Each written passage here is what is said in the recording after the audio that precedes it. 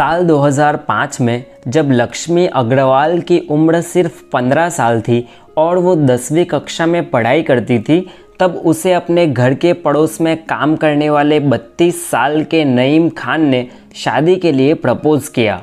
नईम खान से लक्ष्मी के परिवार वालों को अच्छी बनती थी, यहाँ तक कि लक्ष्मी नईम को भैया कहकर बुलाती थी। अब जाहिर सी बात है कि 15 साल की लक्ष्मी ने 32 साल के नईम खान की शादी का प्रस्ताव ठुकरा दिया।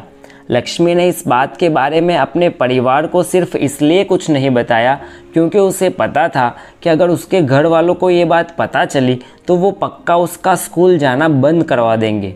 जब लक्ष्मी ने 10th पास कर लिया, उसके बाद 2 महीने के वैकेशन में लक्ष्मी ने एक बुक स्टॉल पर जॉब करना शुरू कर दिया। अगली ही रात उसे नईम के फ़ोन से SMS मिला था जिसमें उसने लिखा था कि वो लक्ष्मी से प्यार करता है और उससे शादी करना चाहता है। एक बार फिर से लक्ष्मी ने नईम के मैसेज को इग्नोर कर दिया। जब लक्ष्मी ने नईम के टेक्स्ट मैसेज को लगातार इग्नोर किया तो नईम ने 22 अप्रैल की सुबह लक्ष्मी को वॉइस कॉल किया। बड़े बड़े सपने हैं ना तेरे। क्या? माँ बाप का नाम रोशन करना चाहती है।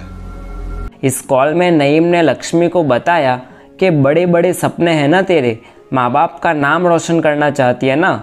इतना कहकर नईम ने फ़ोन को काट दिया। उसी दिन सुबह 11:15 बजे लक्ष्मी खान मार्केट से अपने घर की तरफ जा रही थी। तभी चलती हुई लक्ष्मी को पीछे से किसी ने आवाज़ दी। लक्ष्मी जैसे ही अपना नाम सुनकर पीछे की तरफ मुड़ी तो नईम के साथ आई उसके छोटे भाई की गर्लफ्रेंड ने लक्ष्मी को धक्का मारकर ज़मीन पर गिरा दिया। जैसे ही लक्ष्मी ज़मीन पर गिरी, उस औरत ने अपने हाथ में रखा एसिड से भरा हुआ ग्लास पूरा का पूरा लक्ष्मी के मुंह पर फेंक दिया। धक्के की चोट और एसिड की जलन से लक्ष्मी वहीं पर बेहोश हो गई। लक्ष्मी के दर्द की कहानी यहाँ ख़त्म नहीं होती, पर इंसानियत को शर्मसार करने वाली कहानी अभी तो शुरू हो रही है। जब कुछ समय बाद लक्ष्मी को होश आया तो अभी तक वो सड़क के उसी कोने में पड़ी हुई थी। उसे पता भी नहीं था कि वो कितनी देर तक बेहोश रही। आसपास से गुजरने वाले लोग सिर्फ तमाशा देखते रहे। किसी ने भी लक्ष्मी को मदद करने की कोई कोशिश नहीं की। लक्ष्मी अपने आप अपने पैरों पर खड़ी होकर जब रास्ता क्रॉस करने की कोशिश करने लगी तो 3 अलग अलग कार से उसका एक्सीडेंट हुआ। अरुण सिंह नाम का एक शख्स दूर से ये सब देख रहा था। लक्ष्मी की ये हालत देखते हुए वो दौड़ते हुए आया और अपने पास रखे पानी की बोतल से लक्ष्मी के मुंह पर पानी डालने लगा, पर ऐसा करने से चेहरे पर रुका हुआ एसिड पानी के साथ बहता हुआ लक्ष्मी के गले तक आ गया। अरुण सिंह को एहसास हुआ कि लक्ष्मी की चमड़ी पॉलीथीन की बैग की तरह जल रही है।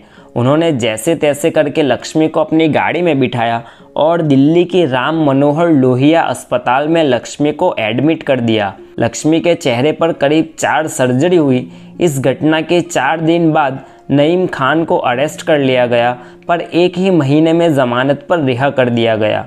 नईम के रिहा होने के बाद दिल्ली और पूरे देश में काफ़ी आंदोलन हुए। इसके बाद पुलिस को नईम को फिर से गिरफ्तार करना पड़ा और उसे उम्र कैद की सज़ा सुनाई गई। लक्ष्मी की कहानी पर साल 2020 में बॉलीवुड में फिल्म बनी थी छपाक नाम से, जिसमें दीपिका पादुकोण ने लक्ष्मी अग्रवाल का रोल निभाया था। लखनऊ के बिजनौर में रहने वाली 15 साल की अंशु राजपूत एक दिन अपनी साइकिल लेके स्कूल की ओर जा रही थी। पिछले कुछ दिनों से उसने नोटिस किया था कि उसके पड़ोस में रहने वाले 55 साल के कपिल अंकल, जिसे वो दादाजी कहती हैं, वो उसका रोज़ पीछा करते थे। आज भी ठीक उसी तरह अंकल जी साइकिल पर जा रही अंशु का पीछा कर रहे थे, पर आज अंकल जी ने हद पार कर ली। उन्होंने अंशु को रोका और कहने लगे कि मैं तुमसे प्यार करता हूँ और मैं तुमसे रिलेशन बनाना चाहता हूँ। 15 साल की अंशु 55 साल के अंकल का प्रपोज़ल सुनकर दंग सी रह गई। अंकल को वो कुछ जवाब नहीं दे पाई और वहाँ से चली गई। पर इस घटना के बाद से वो काफ़ी उदास सी रहने लगी। अपने माँ बाप को भी नहीं बता सकती थी क्योंकि उसे लगा कि उसकी बात का कोई भरोसा नहीं करेगा। जब अंशु कुछ ज़्यादा ही उदास और अकेली रहने लगी तो उसकी माँ ने उससे जबरन उसकी वजह पूछी। आखिरकार अंशु ने अपनी माँ को सब कुछ बता दिया। अंशु की बात सुनकर अंशु के पिता भी काफ़ी गुस्से हो गए, जिसके बाद अंशु के माता पिता उस अंकल के घर गए और उनके परिवार से ये सब बातें बताई।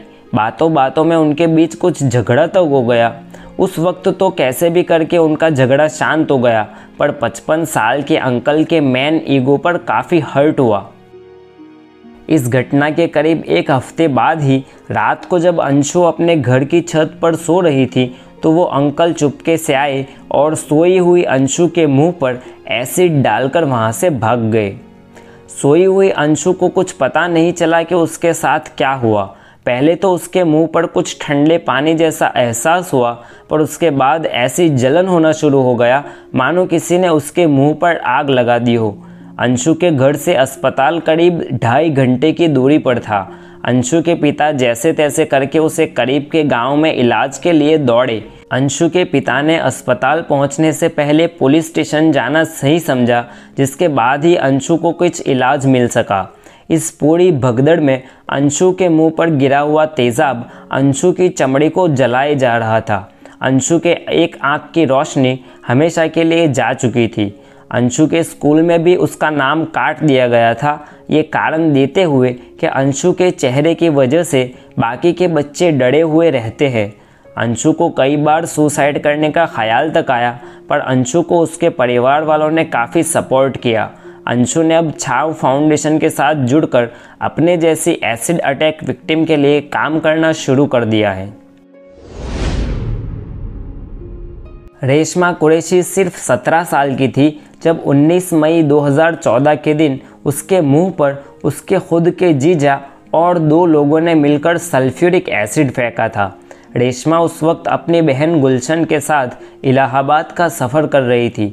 दरअसल हमलावरों का मुख्य टारगेट रेशमा की बहन गुलशन थी, पर बदकिस्मती से गुलशन के बजाय एसिड रेशमा के मुंह पर जा गिरा। रेशमा के मुंह की करीब 40% से ज़्यादा स्किन जल चुकी थी और तो और एक आंख हमेशा के लिए अंधी हो चुकी थी। अगर उस वक्त शैतान ने भी मेरी चीख सुन ली होती तो उसने भी अपने कान बंद कर लिए होते।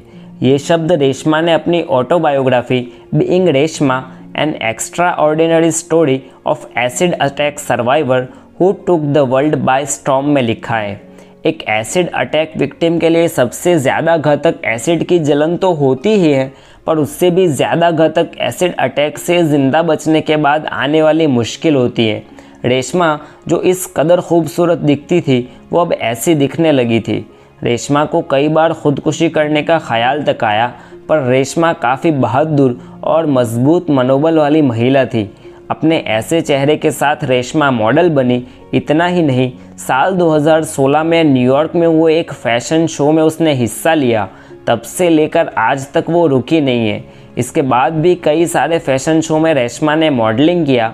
आज Reshma make love not scars campaign का प्रमुख चेहरा है।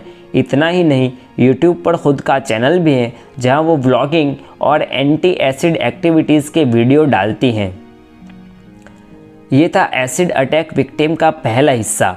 इस वीडियो में मैंने सिर्फ 3 ही विक्टिम की बात की है, पर बदकिस्मती से हमारे देश में ऐसे हज़ारों लोग हैं जो एसिड अटैक के शिकार हैं।